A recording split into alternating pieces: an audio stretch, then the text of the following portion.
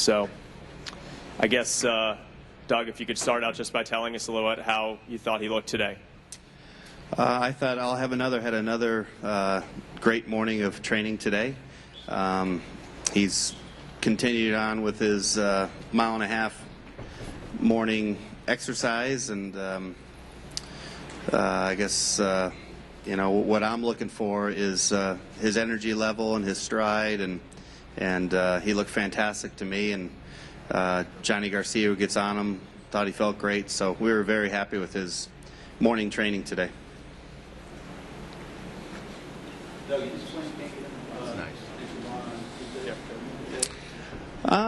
It is, that's something that is out of our control, so we're not too worried about it. But they're saying now, hopefully, after training tomorrow is the game plan.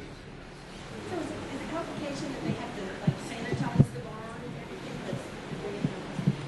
everything? I guess so. I think they had to. Whoever was stable there, they had to move him out and find him stalls, and then sanitize, disinfect the stalls, and so it does sound more simple than it is. So I think because it wasn't really planned, it took them a little bit longer than they thought. Use the microphone. That's why he's telling people to use the microphone every time. That's why it's there. Yeah, no. This is a family show here. No brawls. Come on. New York, Piece of me. One piece of me. Right Oh, here. yeah? Yeah, I'm right My here. man, Joe Drape. You got to get by Joe Drape before you get to me. All right. Anything else? Okay, you guys. Doug, Thank you. Thank you. Sorry, Doug, yeah, thank you. Doug, Here all Richard, week. Doug, Richard Roth, CNN. If you could answer looking at the camera straight ahead. Okay. Not at me. You'll hurt your eyes. What would a Triple Crown mean really for the racing industry if you should be successful? Well, first of all, having Mr. Richard Roth here means that I have an incredible horse. I mean, I remember seeing you on TV and all these unbelievable historical events. So hopefully, having a horse like I'll have another, I think if he were to get lucky and win on June 9th, I think it would be great. So, anything that we can do to show what a great game it is and how beautiful these horses are and how well they're cared for is, I'm hoping, a positive step. But the horse could, you never know what the future is, and then people are used to watching simulcasting. I mean, will it really bring back a following to the racing industry? Keep the 150, 160,000 who might come here to keep them more interested? I think so. One of the great things about I'll Have Another's owner, Mr. Paul Redham, he's a huge fan of the game, and I know if I'll Have Another stays injury-free, that Paul won't rush him into the breeding shed and breed him. So I think one of our problems our industry has is that we have a hard time falling in love with horses because oftentimes once they get really good, the temptation of the financial end of it is so strong that most of us have to take the money and retire him. But knowing Paul, if the horse is right, he'd much rather see the horse compete, and I think that would be great for the game as I'll Have Another's gaining more and more fans. It'd be nice to see him around for another year or two if the racing gods are looking over him.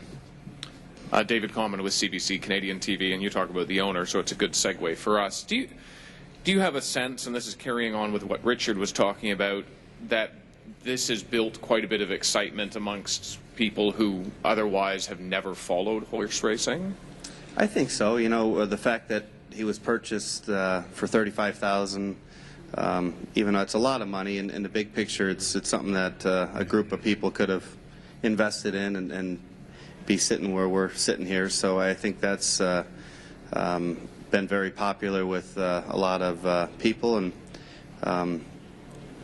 and I think there is a lot of cool parts to the story as you get to see behind the scenes with I'll Have Another, and you know, from chiropractors to physical therapists to you know, an owner who was kind of blue-collar Canadian and worked his way up to be a very successful businessman, and you got a jockey who was in Mexico 7 years ago, you know, kind of match race riding, and somebody saw him and brought him to Canada, and you know, so there's a lot of cool little pieces to I'll Have Another, and then just the horse himself. He's handled all this press and media incredibly, and you know, each race it's been growing, you know, with attention, and he's just been thriving on it and doing great.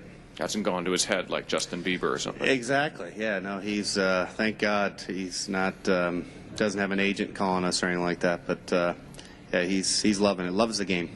Great. Thank you. Tom Padula from America's Best Racing. Doug, when Dennis told you he had purchased I'll Have Another for $35,000, which I gather is not typically Mr. Redham's price range, you know, what was the expectation for the horse, and what did he tell you about why he wanted him? Hey, you know, when you pay $35,000 for one, you're usually just hoping to win for maiden 30 or maiden 35,000. So the expectations, I guess on all your horses, your expectations are high, and then as you start training and getting closer to competing, they usually dwindle as you see their morning workouts and they tell you that they're not what you had dreamt that they might be. But so with him, though, he's always had a brilliant stride, and he's never lost that through all the exercise and racing, but really it wasn't until the Bob Lewis this year that we thought, wow, this is a Kentucky Derby kind of horse, and so Dennis definitely bought him with high hopes, and on this particular one, he's been right on. And just to follow up, if I may, is part of the beauty of the game that you can get a horse like this for $35,000, and maybe it does allow a lot of people to dream? I think it is. Yeah, I think you got a lot of the Seattle Sioux, 17,000, and you have a lot of this business. Though having a lot of money helps, you don't necessarily need to spend millions of dollars on an athlete who can compete at the highest level, and I think that is a very attractive part of our game.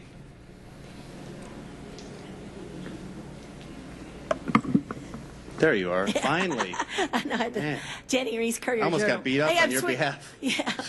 God darn. I'm actually switching to another question. Okay. You've been, quite a student of the game, and obviously you all put a lot of preparation into each of these races. Have you spent a lot of time studying Belmont charts? Belmont charts of the races and watching video. Not a whole lot. No, that's part of game week, so that'll come in the next few days. And Mario comes in tonight, so we had talked about either tomorrow or Wednesday, us sitting down, and Dan with New York Racing was kind enough to make a couple DVDs up of all the Belmont winners and the Triple Crown winners, and so it should be some good. Get the old popcorn out. It should be some good watching. So maybe this question's a little premature, but I'll pursue it anyways. You can make so much, you can find, one great thing about racing is there's all kinds of statistics you can come up with, and you were the first horse to win the Derby from post 19. But what do you think maybe some of the statistical impediments to any horse winning the Triple Crown? What do you think are the biggest things you have to overcome? Well, 34 years of it not happening is a pretty strong statistic. Yeah. I think just saying injury-free is such a huge statistic. You gotta, what I'll Have Another has done, and the way, knock on wood, he's been able to maintain his physique and his appetite and his energy. That's a huge hurdle. So, I think as far as a lot of the other statistics, they're not a whole lot I can do from that. And I know from Mario's standpoint. I don't think he wants to overanalyze too much. So we're going to watch races, and Richard Migliori and him. Richard was kind enough to. I don't think he's going to get on a horse now. He's been getting a lot of grief for doing that. So, but I think they're going to drive around on a golf cart and see and talk and anything. A guy like Richard, who rode with so much success here, anything he can help Mario with, would be great. So those two will drive around but Mario is just a very confident kid, a very good rider, and he'll figure it out. So basically you're saying if your horse stays the way he is now, you'll take your chances with these other sort of bar bet questions, like no horse that started out in California has ever won the Triple Crown, or you'd have to beat the most horses ever to win a Triple Crown. You'll take your chances with those if he just stays the way he is. Yeah. That's the one good thing about not being very well read, is I didn't know that. So, I think we just got a horse who's doing really good right now, and he's, we're 4 more good gallops away from possibly making history. Thanks. Hi, Dave Huppert with CBS News. How do you maintain your focus right now with your team and yourself and not get distracted by everything that's going on? How do you seem pretty zenned out right now. How do you remain so calm and carry that forward? Well, I think it's all about the horse, and it's I wouldn't be so upright if the horse wasn't doing good. So I think the fact that I'll have another's training so good, he's eating so well, and he looks so well, that gives me a lot of confidence. And then we have an unbelievable staff, and though we all have a really good time, it's very professional around the barn. And there's not one thing that goes on there that I couldn't pick all those guys' brains about and come up with a really good solution of how to handle it. So we've got a great staff, great horse, and because of that, we've been able to enjoy an incredible ride. And what are some of the unique challenges that you're sort of altering your game plan for the upcoming race? Well, the moving barn, he's very settled in where he is right now, so having to move barns is a challenge. But fortunately, I'll have another has the disposition that I don't think it'll be distracting to him, but you never know. And and then Mario riding in his first Belmont, but the Derby and the Preakness were his first as well, so that didn't bother him.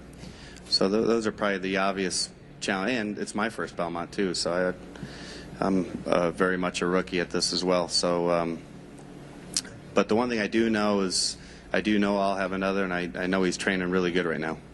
Okay, thank you. Mm-hmm.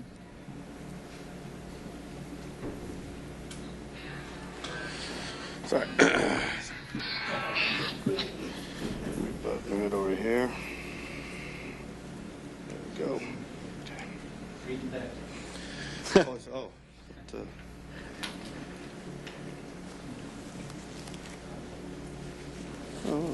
I have a question, but I was waiting to go last. Okay, go ahead. Hey, Doug, John Scheinman with NYRA. I don't know if I pronounced this horse's name right. Boxer de Rue, right? There's no track in America the size of Belmont Park. This horse, Boxer de Rue, is going to run in the 1.5 mile Brooklyn, same distance as the Belmont Stakes. How important is it for Mario to get this kind of preschool before he goes into the big race to do that race? Yeah, I think it's great. We brought Boxer here with that intent, and about 3 or 4 days ago, he didn't train as well as I had liked, and we went on a mad dash trying to have Paul invest in a horse maybe for that race. Huh. That didn't go very good, and and then I had Dr. Cheney, who I respect a ton, from Kentucky, came over, went over Boxer really well, and he had a bruised spot on the inside of his right front foot. So I had the shoer, 3/4 of the shoe, and knock on wood, he looks fantastic, and he's been training great the last few mornings. So he's back on, and as long as that he maintains good energy and a good appetite and training strong, it should be really good for horse and rider. And I think Boxer, he's got a lot of ability. He hasn't put it all together, but if he ever puts it together, I think he's the kind of horse that can compete at that level. Is there anything particular you talked to Mario about before the race? Before the Brooklyn, I'm talking about. He knows Boxer fairly well, and the one good thing about Boxer, he's not crazy about tight turns. If you take a big hold of him, he wants to lean out. He actually bolted the very first time we ran him. So I think these sweeping 3/8 of a mile turns will be to his liking, and so I like the way it's coming together. It gives Mario an opportunity to run or to ride a mile and a half here. Like you say, there's no other track that's a mile and a half. And he gets to ride a horse that I think has a legitimate chance. Thanks a lot. Mm-hmm. Doug, many trainers around here are really incensed about the lockup, the 4-day lockup. Am I to understand you have no objection whatsoever? I don't know if I have a choice. I don't know if I did. I don't like to put a lot of energy into stuff that I have no control over. So I know our business has been taking a beating around the country, and I do like the thought of, I know the other guys probably hate me for this, but I like the thought of showing the general public that all the horses are in the same locker room. You know, they're all being looked after real thoroughly, and just the transparency that our game probably lacks is key, because you get a lot of commentary from people who don't know the horsemen or don't know the horses or don't know how they're cared for, and this way you've got everyone in an isolated setting, and everyone who wants to comment can kind of watch what's going on there and make a judgment from what's really happening, and not guessing what's going on in that guy's locker room, what's going on in that guy's locker room. And so I think it's a good thing, but I'm sure